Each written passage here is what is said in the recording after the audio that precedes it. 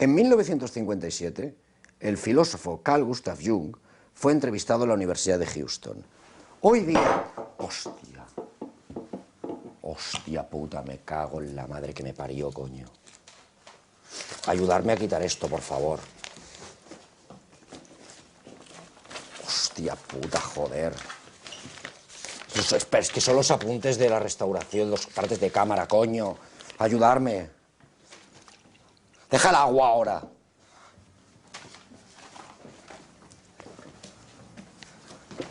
Tenéis que poner aquí ahora toda esta mierda.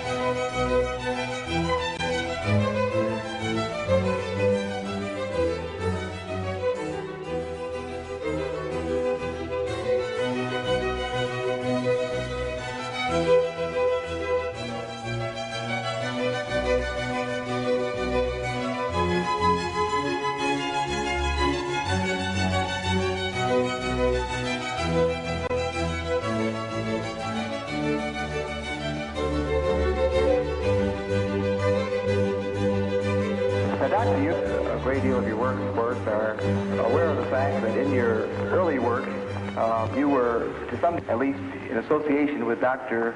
Sigmund Freud. And I know it would be of great interest to many of us to hear a little bit about how you happened to hear of Dr. Freud and how you happened to become involved with some of his work and ideas. Well, as a matter of fact, it was in the year 1900, in December, soon after Freud's book about dream interpretation had come out, that I was asked by my chief, Professor Bleuler, to give a review of the book. I studied the book very attentively, and I didn't understand many things in it, which weren't clear at all to me. But from others parts, I got the impression that this man really knew what he was talking about. And I thought that this is certainly a masterpiece, full of future. Yeah. I had no idea then of ideas of my own. I was just it was just when I began my career as an assistant in the psychiatric clinic. And then I began with experimental psychology or psychopathology. I applied the experimental association method by and the same that has been applied in Grappelin's psychiatric clinic in Munich, and I had the results, and that there is a reaction, a certain reaction to a stimulus world. That is more or less uninteresting. But the interesting thing is why people could not react to certain stimulus worlds, or in an entirely inadequate way. And then I began to study these places in the experiment where the attention or the capability apparently of the test person began to waver or to disappear. And I found soon out that it is matter of intimate personal affairs people were thinking of, or which were in them, even if they momentarily did not think of them, when they were unconscious, with other words, that nevertheless an inhibition came from the unconscious and hindered the expression in speech. Yes. And then I, in examining all these cases as carefully as possible, I saw that it was matter of what Freud called repressions. Yes. I also saw what he meant by symbolization. And then I wrote a book about the psychology of dementia precox, it was called, now it's schizophrenia. Yes. And I sent the book to Freud and wrote to him about my association experiments and how they confirmed his theory thus far. Yes. And that is how it began, my friendship with Freud began. Yeah. Now, one of the, of course, very fundamental ideas in the original psychoanalytic theory was Freud's conception of the libido as sort of a broad psychic sexual energy. Well, you see, in the beginning, I had naturally certain prejudices against his conceptions. And after a while, I overcame them. I could do that from owing to my biological training. Yes. And I could not deny the importance of the sexual instinct, you know. Yes. But later on, I saw that it was very one-sided. Because, you see, man is not only governed by the sex instinct, there are other instincts as well. For instance, in biology, you see, the nutritional instinct is just as important as the sex instinct. Also, in primitive societies, sexuality plays a role much smaller than food. Food is the all-important interest and desire. Yeah. Sex, that is something they can have everywhere. They are not shy. But the food is difficult to obtain, you see. Yes, yes. And so it is the main interest. Yes. And then in other societies, for instance, I mean in civilized societies, the power drive plays a much greater role than sex. Yes. For instance, there are many big businessmen who are impotent even, because their whole energy is going into money making. Yes. Or dictating the laws to everybody else. Yeah. That's much more interesting than affairs with women. So, you see, the inferior Dr. Adler, the younger, the weaker, naturally had a power complex. Yeah. He wanted to be the successful man. Freud was a successful man. He was on top, and so he was interested only in pleasure, in the pleasure principle, and while Adler was interested in the power drive. Sure enough. I see. In other words, you feel that it's sort of a function of his own personality to some degree. Yeah, it is quite natural. You see, it is one of the two ways how to deal with reality. Yeah. Either you make reality an object of your pleasure, if you are powerful enough already, or you make it an object of your desire to grab it. Yes, yes. Or to possess it. Yes.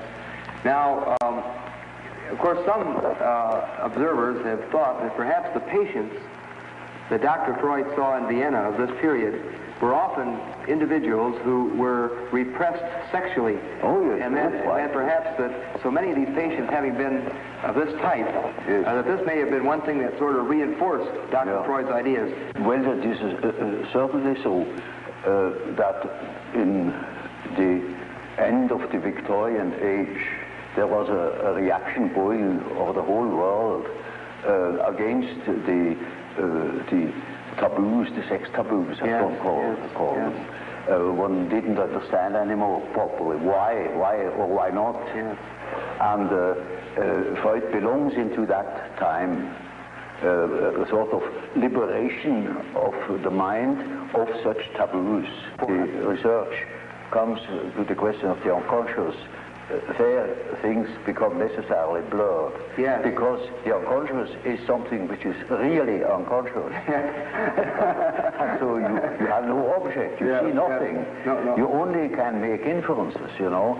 And so we have to create a model of this possible structure of the unconscious, because we can't see it. Now, you see, he came to the concept of the unconscious, chiefly on the basis of the same experience I had made in the association experiment, namely that people reacted they said things, they did things without knowing that they did it or said it. Yes. And this is something you can observe experimentally in the association experiment, where people cannot remember afterwards what they did or what they said in the moment where a stimulus word hits the complex. Yes. With the reproduction, in the so-called reproduction experiment, you go through the whole list, and you will see that the memory fails where there was a complex reaction. Yes. And that is the simple fact Freud has based his idea of the unconscious on, because that is what you can see time and again, that people, for instance, make a mistake in speech, or that they say something which they didn't mean to say, that just make ridiculous mistakes, you know.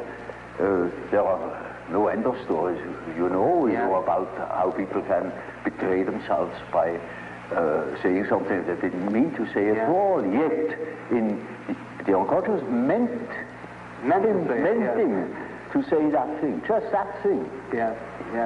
For instance, when you want to express your sympathy at a funeral, you go to somebody and you say, I congratulate you. You say, that's pretty painful, you know, but that happens, and it is true. Now, this is something that goes parallel now with the whole school of the Salpêtrière in Paris. There was Pierre Janet, who has worked out that side of the unconscious reactions quite particularly. Now, Freud refers very little to Pierre Janet. Well, I have studied with Pierre Janet in Paris, and he has formed my ideas very much.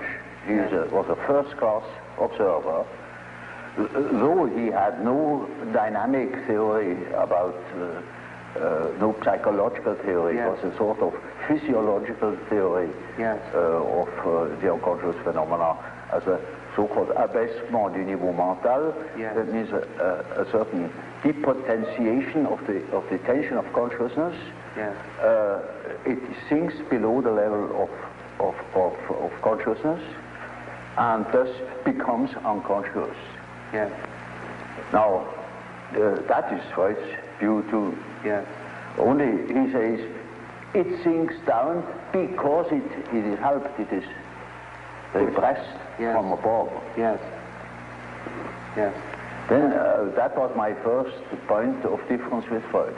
I say there are cases, in my observation, where there was no repression from above, but the thing itself withdrew.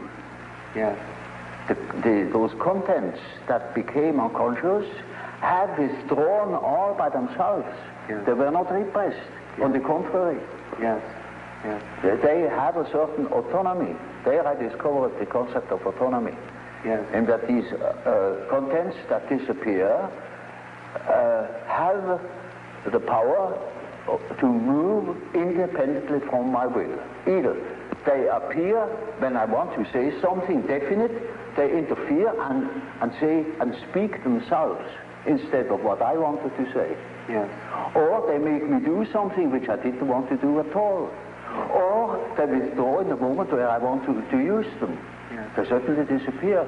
Well, one of the most extreme views that we have, or one of the very men that you knew around Dr. Freud, we mentioned a moment ago, Otto Rank. He spoke of the birth trauma. He said the actual trauma of being born would leave a very powerful impact on the ego and show itself throughout the life of the person. I should say this is very important for an ego, that it is born.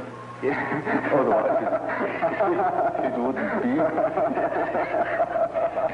And it is highly traumatic, you know, when you fall out of heaven. But will you take literally Otto Rank's position of the birth trauma as having, you might say, a psychological effect? Don't you see, this is an event that happens to everybody, that exists, that once has been born. So everybody is born, has undergone that trauma. So the word trauma has lost its meaning. I see. So, in other words, it is a general fact, of which you cannot say it is a trauma. Yes. It is just a fact. Yes, yes, I see. You see, because then you cannot observe psychology that hasn't been born. Yes. Only then you could say what the birth trauma is. Yeah. And then, until then you cannot even speak of such a thing. Yeah. It's just a lack of epistemology. Now, Dr. Jung, we've been talking about the early oral level, and as you pointed out, you want to look at it rather literally as sort of a hunger drive or a drive for nutrition. Now, another rather fundamental point in development of the ego, as the more or less orthodox psychoanalytic view follows, is that this is followed by another critical level, an anal level of development. Well, one can use such terminology because it is a fact that children are exceedingly interested in all orifices of the body and they are doing all sorts of disgusting things, you know. Yeah. And sometimes this such a peculiarity keeps on into later life, you know. Yeah. It's quite astonishing what you can hear in that respect. Now, it is equally true that people who have such preferences also develop a peculiar character. In early childhood, a character is already there. You see, the child is not born tabula rasa, as one assumes. Yes. The child is born as a high complexity, Yes. with existing determinants that never waver through the whole life, and that give the child his character already in the earliest childhood. A mother recognizes an individuality of her child, and so if you observe carefully, you see the tremendous difference even in very small children. And these peculiarities express themselves in every way. So first, the peculiarities express themselves in all childish activities, in the way how it plays, in the things it is interested in. There are children who are tremendously interested in all moving things, and in movement chiefly. Yeah. All the things you see that affect the body. And so they are interested in what the eyes do, what the ears do, how far you can bore into the nose with your finger, you know. They will do the same with their anus. They will do with their whatever they please with their genitals, you know. These interests express themselves in a typically childish way in children, and later on they express themselves in other peculiarities, which are still the same, but it doesn't come from the fact that they once have done such and such a thing in childhood. Yeah. It is the character that is doing it.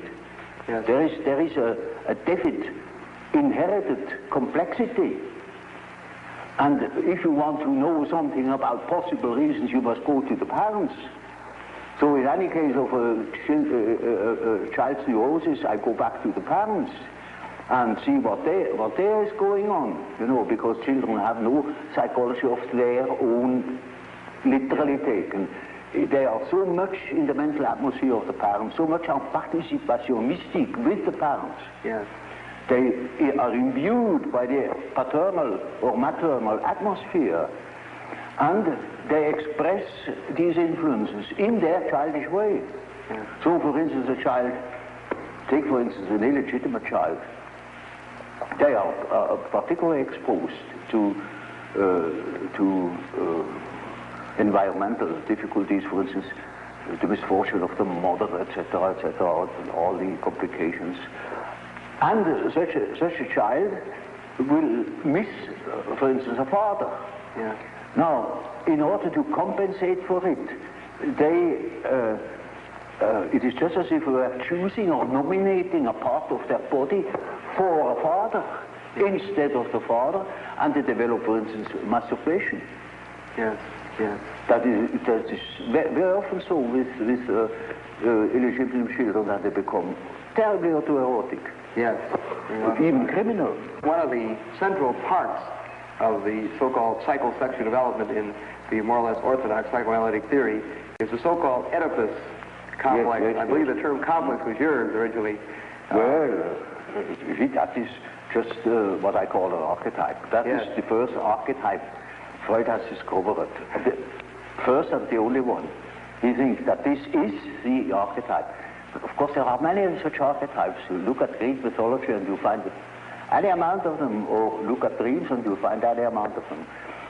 But incest was so impressive to him that he even has chosen the term Oedipus complex, because Yes. that was one of the outstanding examples of an incest complex.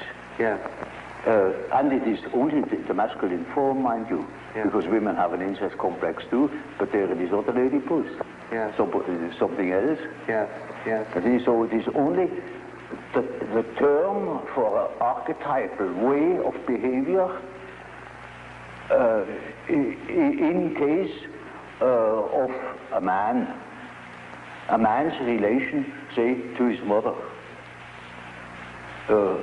It also means to the daughter, because whatever he was to the mother, he will be it to the daughter too. Yes. It can be this way or that way. Yes. It depends. So you look at, then you will accept, in other words, the Oedipus complex, but not in as being the only important such influence. You will see this is just one of many fundamental, one of many ways of behavior. Now you see, the Oedipus gives you an excellent example of the behavior of an archetype.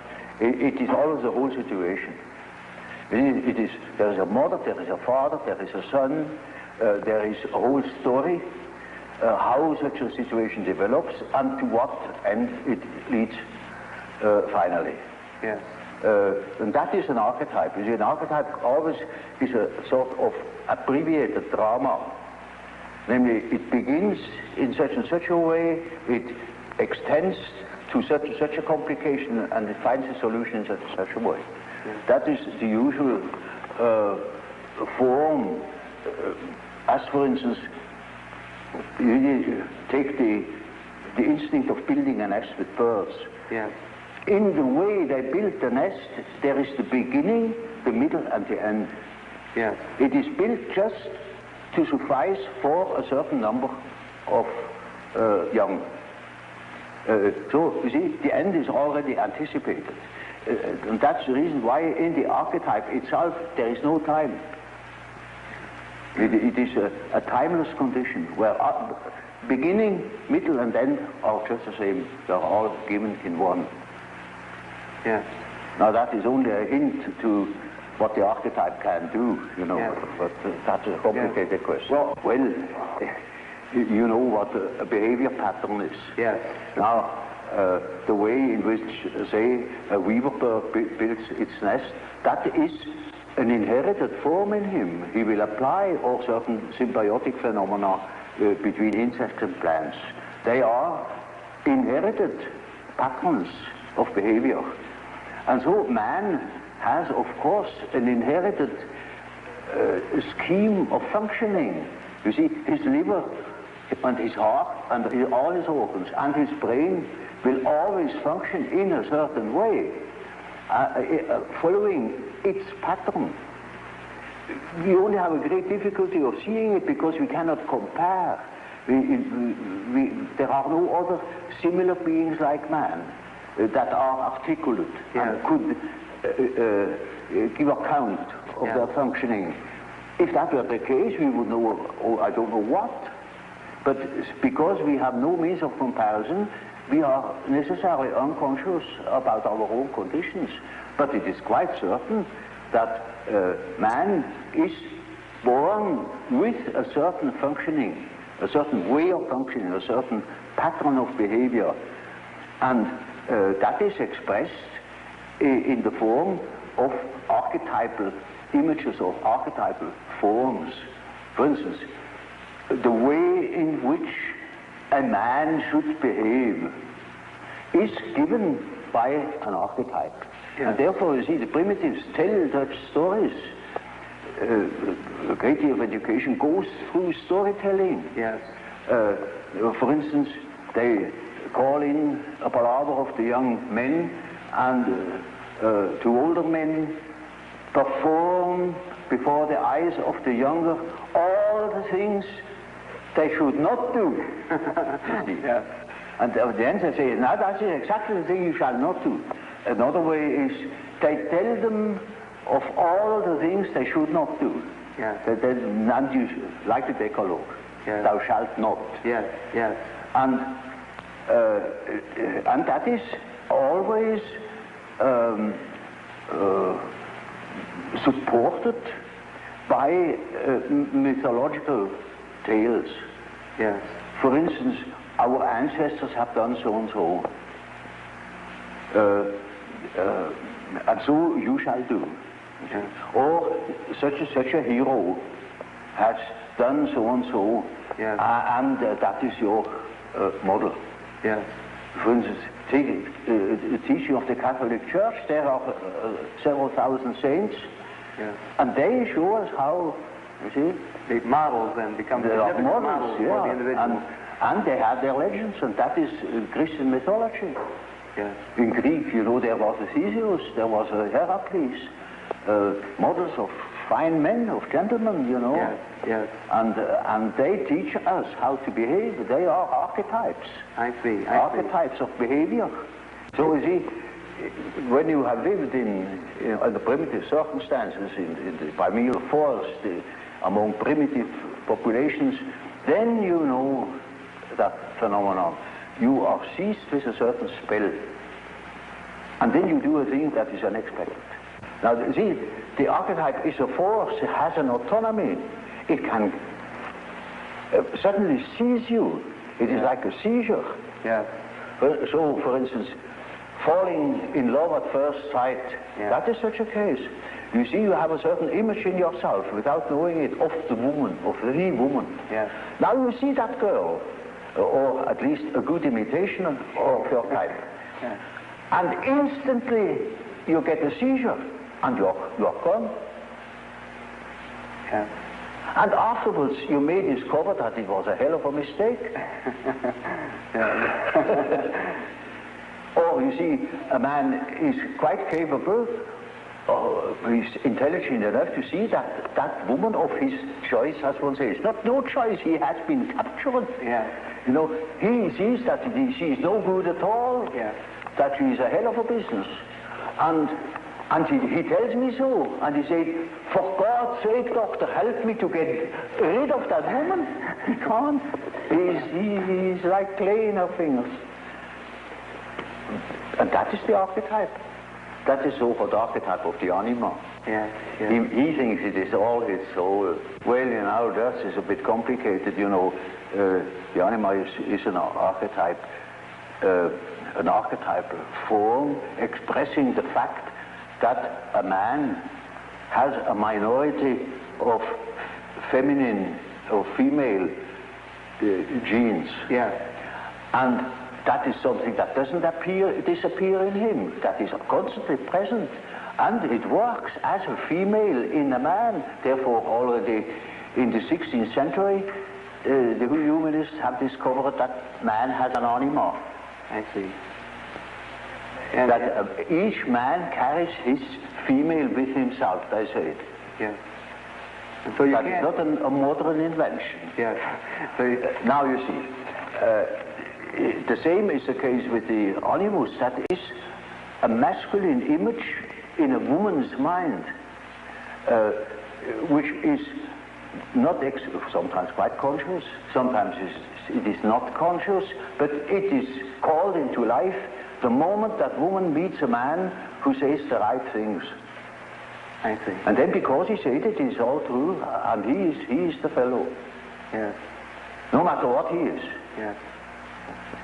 So, to infer something. Those are particularly well-founded archetypes. Yeah. Those two, and There you can lay hands on the basis, as it were, of the archetype. They are exceedingly well defined.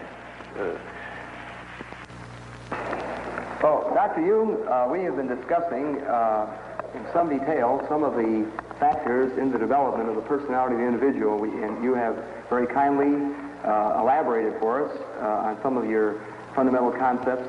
I wonder if you would mind telling us a little bit about how you construe this term, persona. Well, this is a practical concept we need in elucidating people's relation.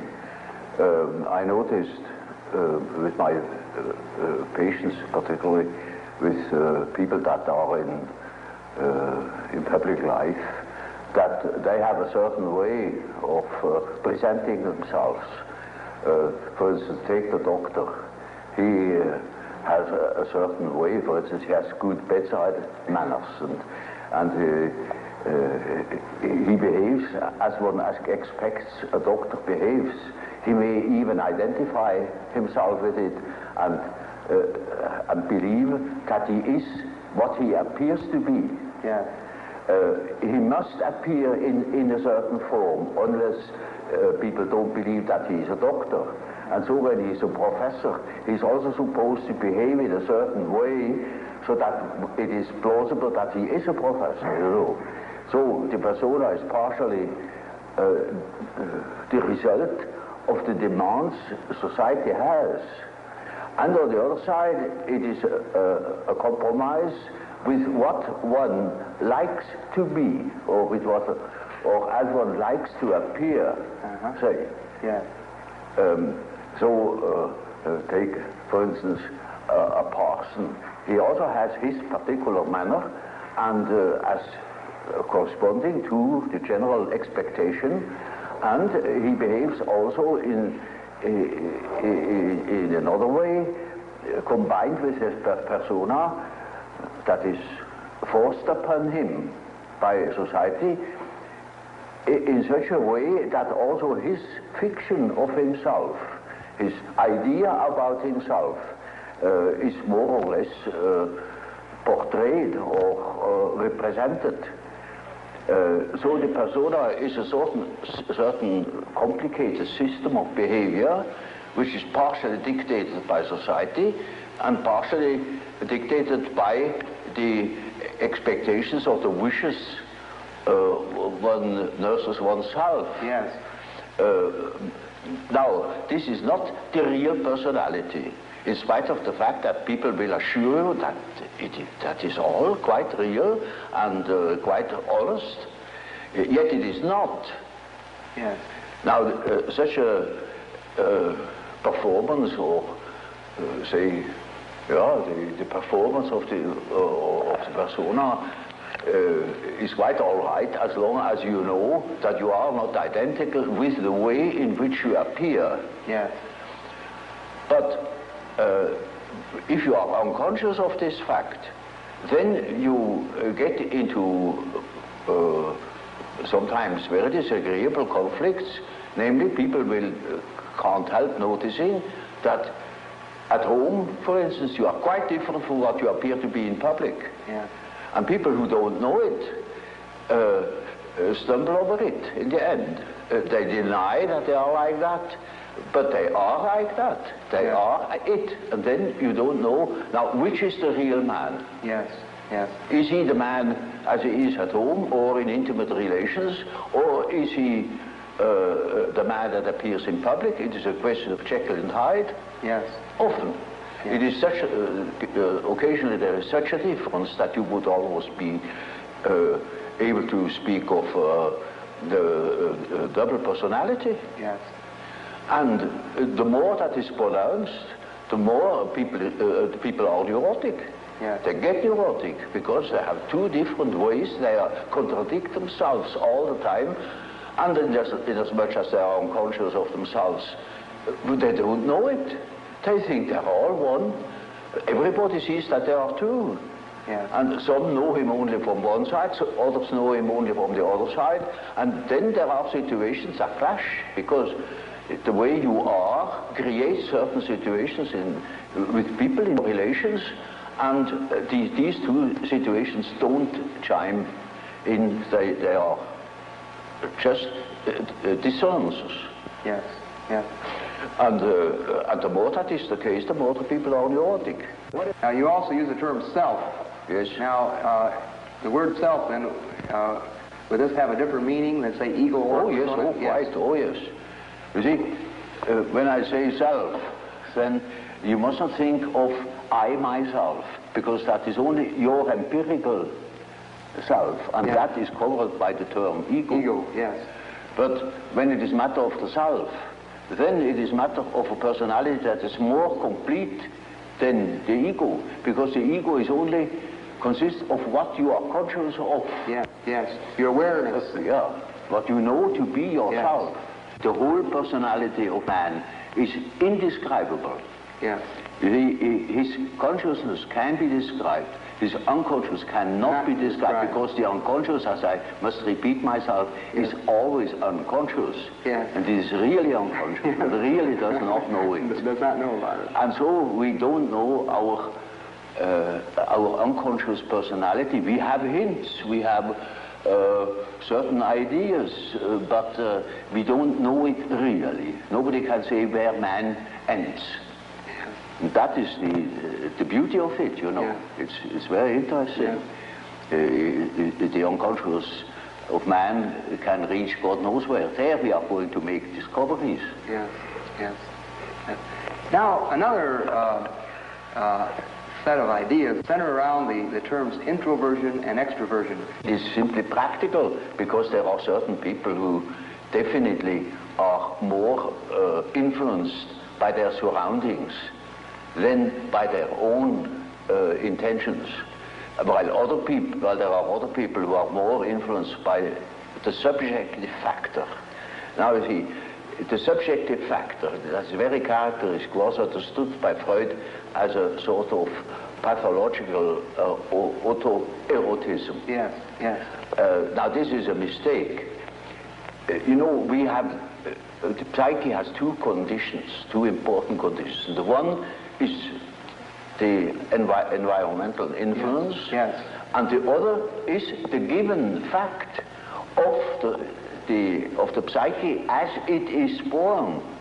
The psyche is by no means tabula rasa. We are a definite mixture and combination of genes, and they are there from the very first moment of our life.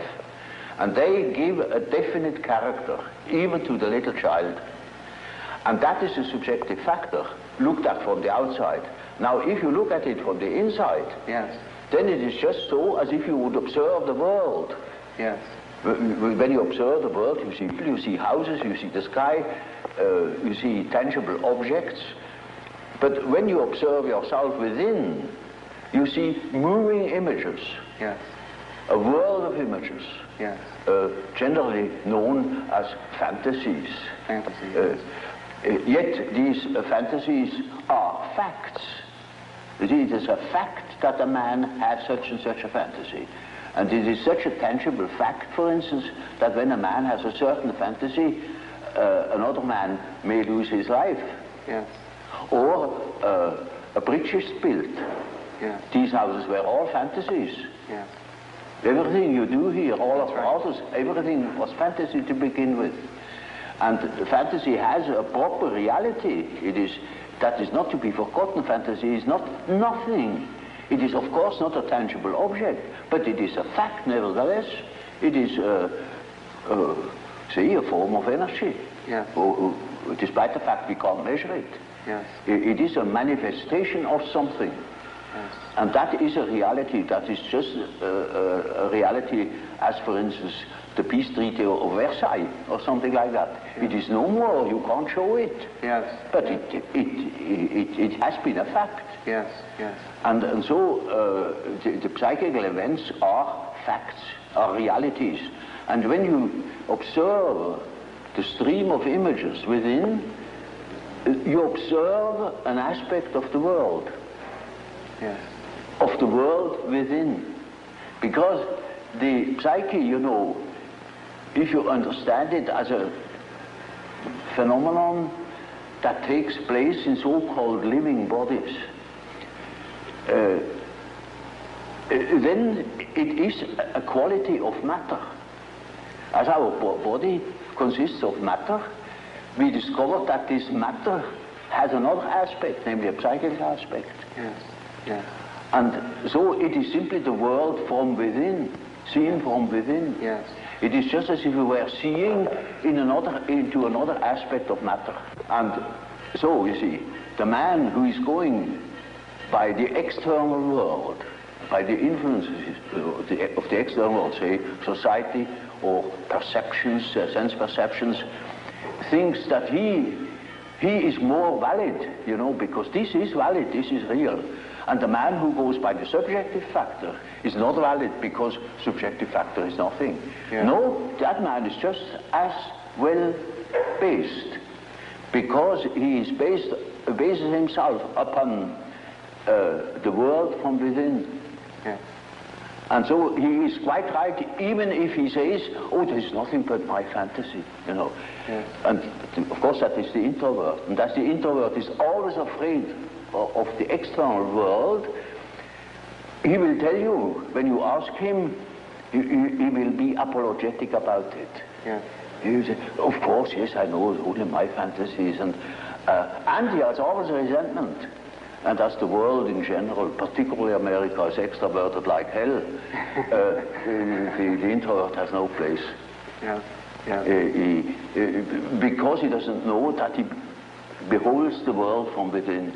Yeah. And that gives him dignity, and that gives him certainty, because it is, nowadays particularly, the world hangs on a thin thread. Yeah. And that is the psyche of man. Yeah. Assume that certain fellows in Moscow lose their nerve or their common sense for a bit, and the whole world is in fire and flames. Yeah. Yeah. You see? It is, nowadays we are not threatened by elementary catastrophes. There is no such thing as an H-bomb. Yeah. That is all man's doing. Yeah. We are the great danger. The psyche is the great danger. What if something goes wrong with the psyche? Yeah. Yeah. You see? Yeah. And so you see, it is demonstrated to us in our days what the power of the psyche is of man, how important it is to know something about it, but we know nothing about it. Nobody would give credit to the idea that the psychical processes of the ordinary man have any importance whatever. One thinks, oh, he has just what he has in his head. It is all from his surrounding. He's taught such a thing, believes such a thing. And particularly if he's well housed and well fed, then he has no ideas at all. Yeah. And that's the great mistake. Yeah. Because he is just that as which he is born, and he is not born as tabula rasa, but as a reality. Would you perceive the world being made up of only people who are extreme introverts and people that are extreme extroverts? Well, you know, Bismarck once said,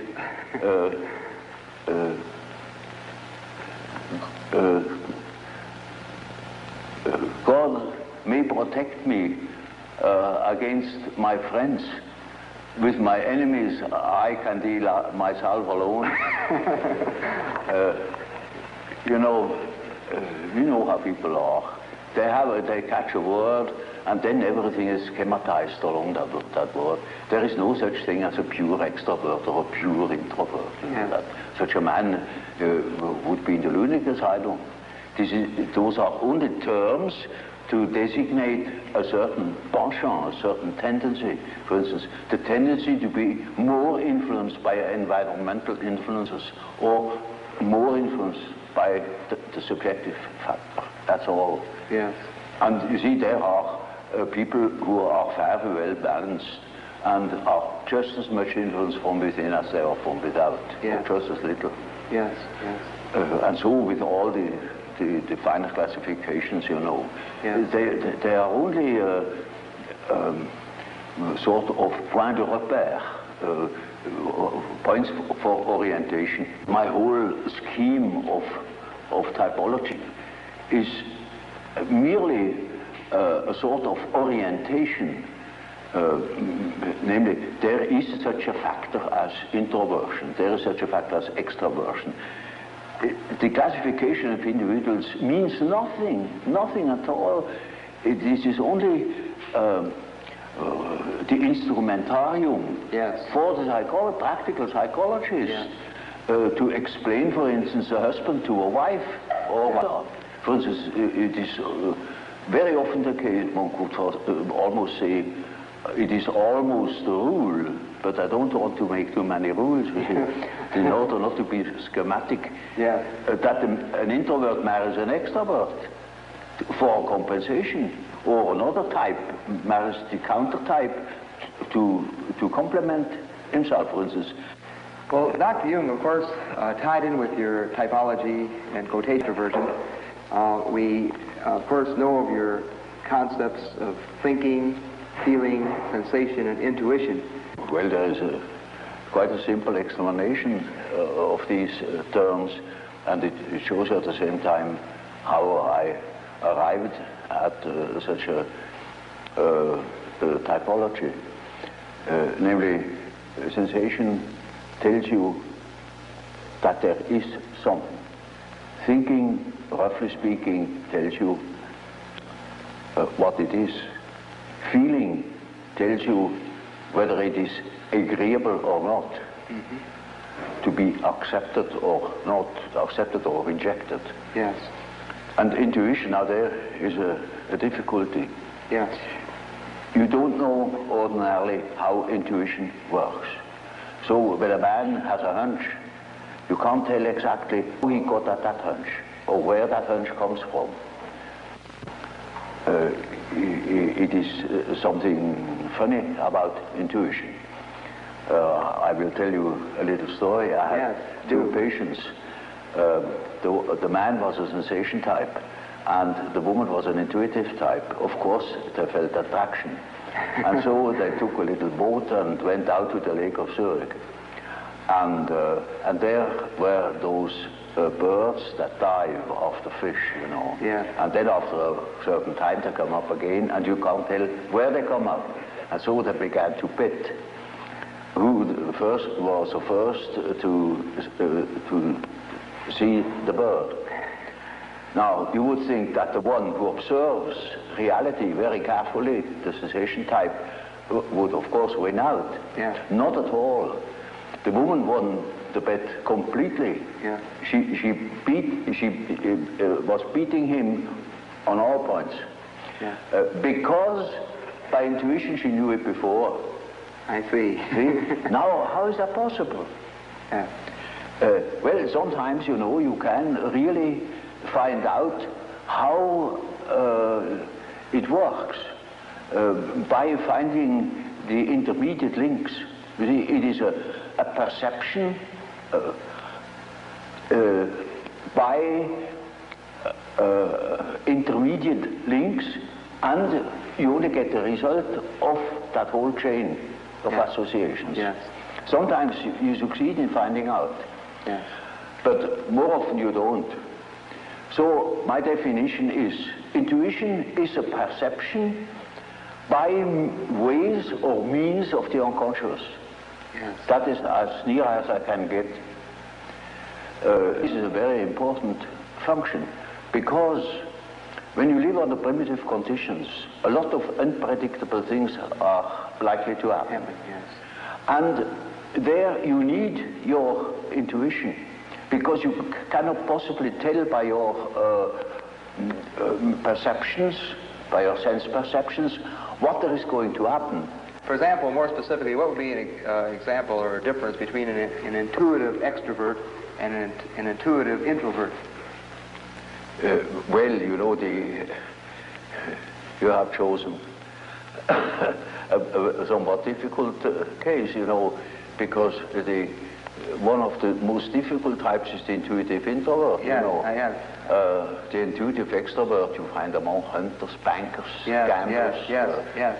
well, that is quite understandable. Yeah. But the introvert the introverted variety is more difficult because he has intuitions as to the subjective factor, namely the inner world. Yeah. And of course that is now very difficult to understand because what he sees are most uncommon things, and he doesn't like to talk of them.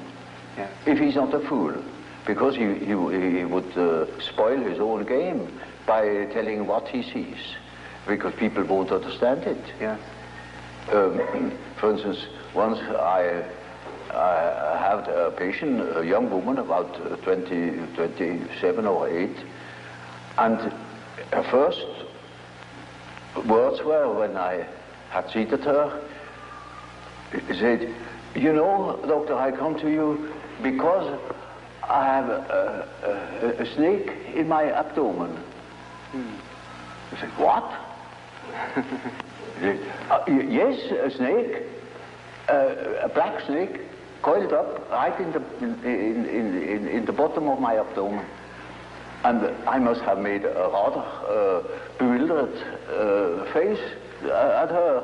And she said, "You know, I don't mean it literally, but I should say it was a snake. It was a snake." See? Now, you see, our further conversation a little later was that she said, that was about in the middle of our treatment that only lasted for 10 consultations. She had foretold me, "I come 10 times, and then it's all right." I said, "How do you know?" "Oh, I got a hunch," she said. Yeah. And really, about the 5th or 6th hour, she said, "Doctor, I must tell you, the snake has risen. It is now about here." Hunch. And then on the 10th day, I said, "Now, this is our last hour, and do you feel cured?" And she said, beaming, she said, "You know, this morning, it came up and came out of my mouth, and the head was golden." And those were her last words. Now, you see, that same girl, when it comes to reality, she came to me because she couldn't hear the step of her feet anymore. Yeah. Because she walked on air. Yeah. Literally. Yeah. She couldn't hear it, and that frightened her. And when she came to me, I asked her for her address. And then she said, "Oh, pension so-and-so. Well, it is not just called pension, but it is a sort of pension. And it is, I never had heard of it." Yeah. And I said, "No, I'm curious, I never have heard of that place."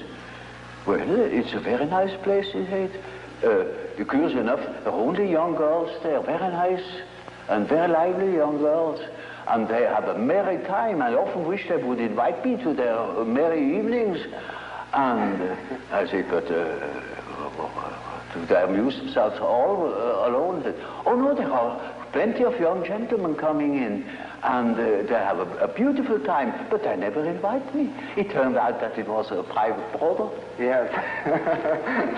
And she was a perfectly decent girl, you know, of a very good family, not from here. She had found that place, I don't know how. And she was utterly unaware that those were all prostitutes. I said, "For heaven's sake, you fell into a very dark place. You hastened to get out of it." You see, that was her sensation. Yeah. She didn't see reality. Yeah. But she had hunches like anything, and they came off. Yeah. Now, you see, such a person cannot possibly speak of her experiences. Yes. Because everybody would think she's absolutely crazy. Yeah. I myself was quite shocked when I thought, for heaven's sake, is that case a schizophrenia? Yeah.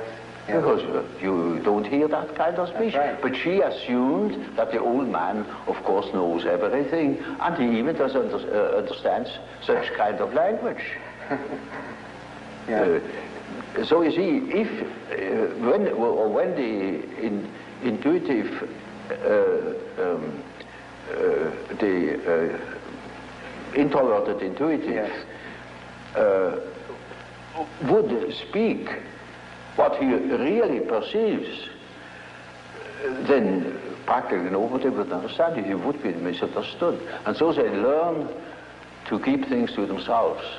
And you hardly ever hear them talking of these things. That is a great disadvantage. But it is an enormous advantage in another way. Not to speak of the experience they gather in that respect, but also in human relations. For instance, they come into the presence of somebody they don't know, and certainly they have inner images.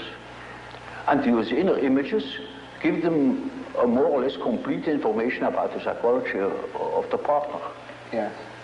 Yes. You know, that is, but the case can also happen that they come into the presence of somebody whom they don't know at all, not from Adam, and they know an important piece out of the biography of that person. Yes, yes.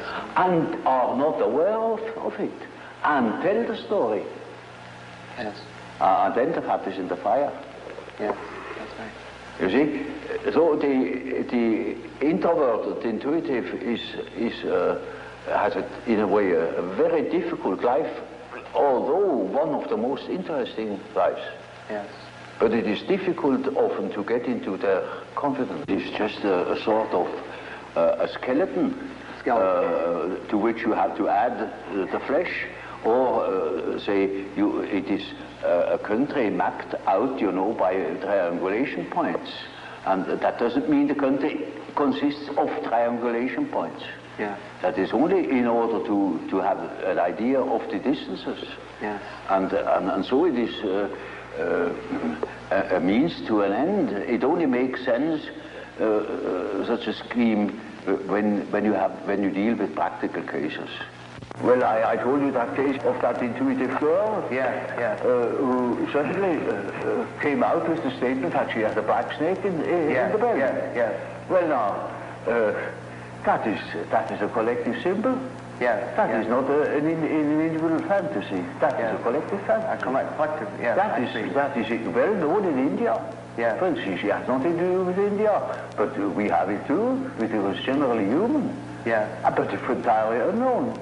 So that I, even in the first moment, thought perhaps she's crazy. But she was only highly intuitive. It is in India known. It is the basis of a whole philosophical system of Tantrism. This is Kundalini. Kundalini serpent. I see. You see, and that is something known to some few specialists. Generally, it's not known that we have a serpent in the abdomen. But that is a collective, you see, that is a collective dream, or a collective fantasy. It may be, you know, that what the unconscious has to say is so disagreeable that one prefers not to listen. And in most cases, people would be probably less neurotic if they could admit the things. Because these things are always a bit difficult, or disagreeable, or inconvenient, or something of the sort. So there is always a certain amount of repression, but that is not the main thing. The main thing is that they are really unconscious. And you see, if you are unconscious about certain things that ought to be conscious, then you are dissociated. And then you are a man whose left hand never knows what the right is doing. And counteracts or interferes with the right hand. Now such a man is hampered all over the place. Then we have the problem. That is the problem for an intellectual man. And then I say, now, you see, you don't know, you have no answer. I have no answer. Now what are we going to do? I say, now we must see what you dream. Because the dream is a manifestation of the unconscious side. Now he never has heard of the unconscious side. So I must explain to him that he has an unconscious, and that the dream is a manifestation of it, and if we succeed in analyzing the dream, we might get an idea about that power that makes him think like that. I see. In treatment, for instance, in the treatment of neurosis, you have to do with that personal unconscious for quite a while. And then only dreams come that show that the collective unconscious is touched upon.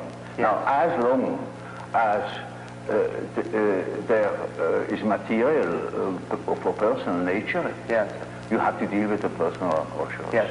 But when you get to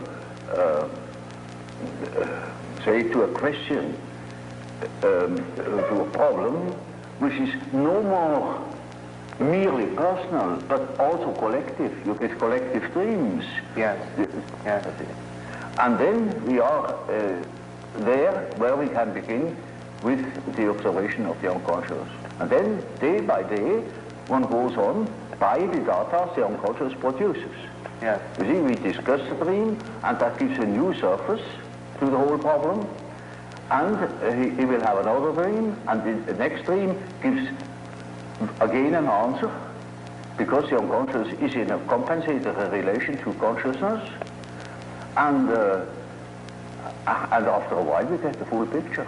Yeah. And if he has the full picture and has the necessary moral stamina, well, then he can be cured. I see. But in the end, it is a moral question whether a man applies what he had learned or not. There is a sort of typical way in which the integration of consciousness takes place. Namely, the average way is that through the analysis of dreams, for instance, you become acquainted with the contents of the unconscious. I already told you this, to begin with, all personal material. Yes. Subjective questions, questions of the individual's difficulties in adapting to environmental conditions, and so on. Yes. Now, it is a regular observation that when you talk to an individual, and this individual gives you insight into its inner preoccupations, interests, emotions, in other words, hands over his personal complexes, then you get slowly and nilly-willy into the situation of a sort of authority. Yeah. You become a point of reference. You know you are in possession of all the important items in a person's development. I remember, for instance, I analyzed a very well-known American politician, and he told me, any amount of the secrets of his trade. And suddenly he jumped up and said, "By God, what have I done? You know, you get $1 million for what I have told you now." I said, "Well, I'm not interested. You can sleep in peace. I shall not betray you. I forget it within a fortnight." Now, you see, that shows that the things people hand out are not merely indifferent things. When it comes to something important, emotionally important, then they hand out themselves. They hand out a big emotional value, as if they were handing over a large sum, as if they were trusting you with the administration of their estate. Yes. And they're entirely in your hands. Yes. Often, I hear things that could ruin those people utterly if it's perfectly known. Or it would give me, if I should have any blackmailing tendencies, unlimited power to blackmail them. Now, you see, that creates an emotional relationship to the analyst. And that is what Freud called the transference. Yes. Which is a central problem of analytic psychology. It is just so as if these people had handed out their whole existence, and that can have very peculiar effects upon the individual. Either they hate you for it or they love you for it, yeah. But you are not indifferent to them. And there is then a sort of emotional relation between the patient and the doctor. Yes. Now, you know, when you hand out such materials, then you these contents are associated with all the important persons in the life of a patient. Now, the most important persons are usually father and mother. Yeah. That comes up from childhood. The first troubles are with the parents as a rule. So, in handing over your infantile memories about the father or about the mother, you hand over also the image of father and mother. Then it is just as if the doctor had taken the place of the father, yeah. even of the mother. Yeah. I had quite a number of male patients that called me Mother Jung, because they handed over the mother to me. Yes, yes. Curiously enough. Yes. But you see, that's quite irrespective of the personality of the analyst. It is simply disregarded. He functions as if he were the mother, or he functions as if he were the father, the central authority. And now that is what one calls transference. That's a case, a particular case of of projection. Yes. Now, yes. Freud doesn't exactly call it projection; he calls it transference. Yes. That is an allusion to the old and superstitious idea of handing over a disease, Yeah. transferring a disease upon an animal, or handing over the sin upon a scapegoat, and the scapegoat takes it out into the desert and makes it disappear. Yes, yes. So they hand over themselves in the hope that I can swallow that stuff and digest it for them. And so I am in loca patis and have a high authority. Naturally, I'm also persecuted by the correspondent resistances, by all the manifold emotional reactions they have had against their parents. Now, that is the stuff you have to work through first in analyzing the situation, because a patient in such a condition is not free. He is the slave. He's utterly dependent upon the doctor, like a patient with an open abdomen on the operation table. Yes. He is in the hands of the surgeon for better or worse. And so the thing must be finished. And so we had to work through that condition in the hope that we arrive in a situation where the patient is able to see that I'm not the father or not the mother, that I am an ordinary human being. Now, everybody naturally should assume that such a thing would be possible. For instance, that a patient could arrive at such an insight when he's not a complete idiot, that I am just a doctor and not the emotional figure of their fantasies. But that is very often not the case. So I had a case that was an intelligent young woman.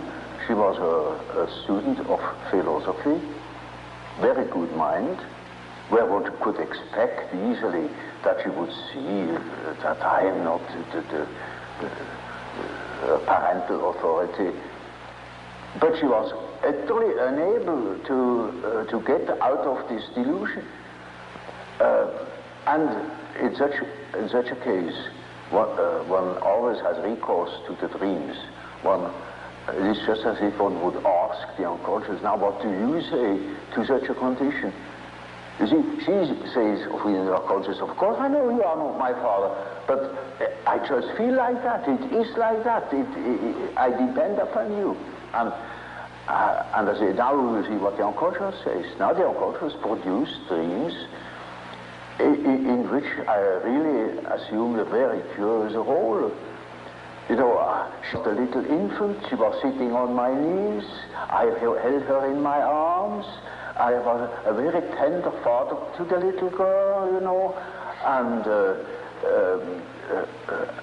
more, her dreams became emphatic in that respect, namely that I was a sort of child, and she is a very little, frail human thing, you know, and quite a little girl in the hands of an enormous being. And the last dream of that series was, I cannot tell you all the dreams, was that it was out in nature. I stood in a field of wheat, an enormous field of wheat that was ripe for harvest. And I was a child. And I held her in my arm like a baby. And the wind was blowing over that field of wheat. Now, you know, when the wind is blowing over wheat field, these waves in the wheat field. Yes. And with these waves, I swayed like that, putting her as if it were to sleep, you know. And she felt as being in the arms of the Godhead. Mm-hmm. And I thought, now the harvest is ripe. Yes. And I must tell her. And I told her, you see, what you want and what you project into me, because you are not conscious of it, is you have the idea of a deity. You don't possess. Therefore you see it in me. Yeah. That clicked. Mm. Because, you know, she had a rather intense religious education. Of course, it all vanished later on. Yeah. And something disappeared from her world. Her world became merely personal, and that religious conception of the world was non-existent, apparently. But you see, the idea of a deity is not an intellectual idea. It is an archetype. It's an archetypal idea. Therefore, you find it practically everywhere under this or another name. You know, even if it has the name mana, it is an all-powerful, extraordinary effect or quality, even if it's not personal at all. And so she suddenly became aware of an entirely heathenish image. Yes. That comes fresh from the archetype. She had not the idea of a Christian God or of an Old Testament Yahweh. It was a heathenish God. You see, a God of nature, of vegetation. He was the wheat himself. He is the spirit of the wheat, the spirit of the wind. And she was in the arms of that Newman. No. Now, that is the living experience of an archetype. Now, that made a tremendous impression upon that girl, and instantly it clicked.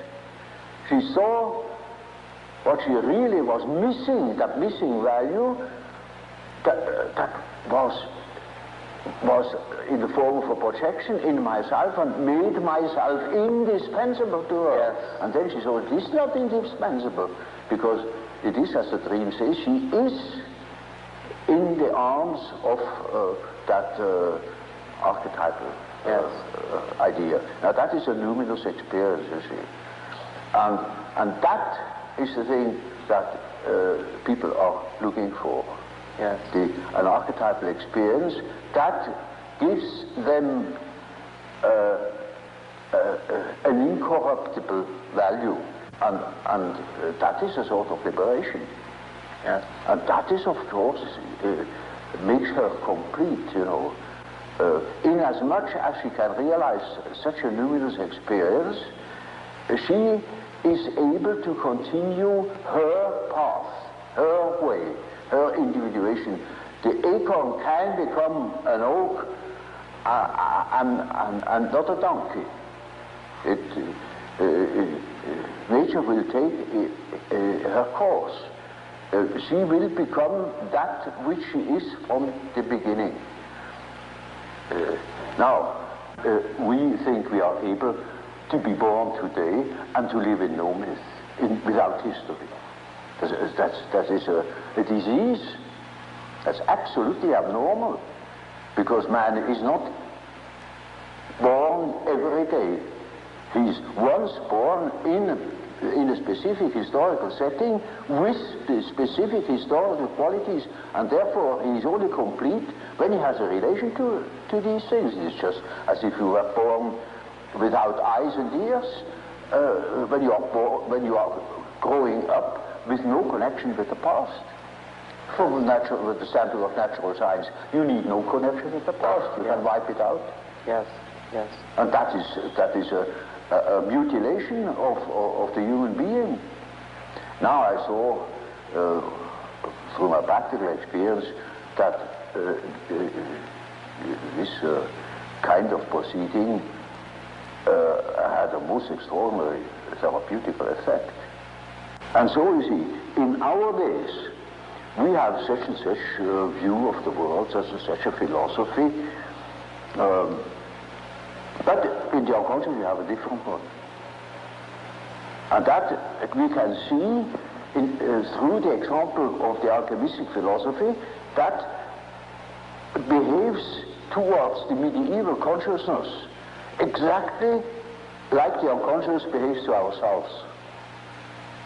And we can construct or even predict our the unconscious of our days when we know what it has been yesterday. Now that is, with a few words, the development of my ideas.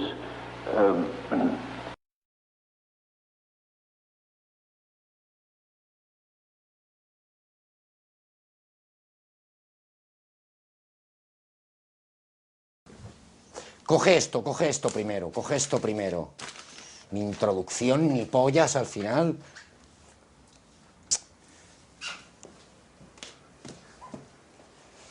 A ver, por favor, ¿puede venir alguien? Esto está llenado de agua, hostia puta.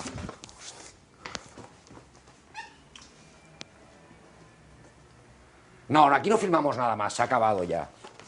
Venís a mi casa y todo lleno de mierda.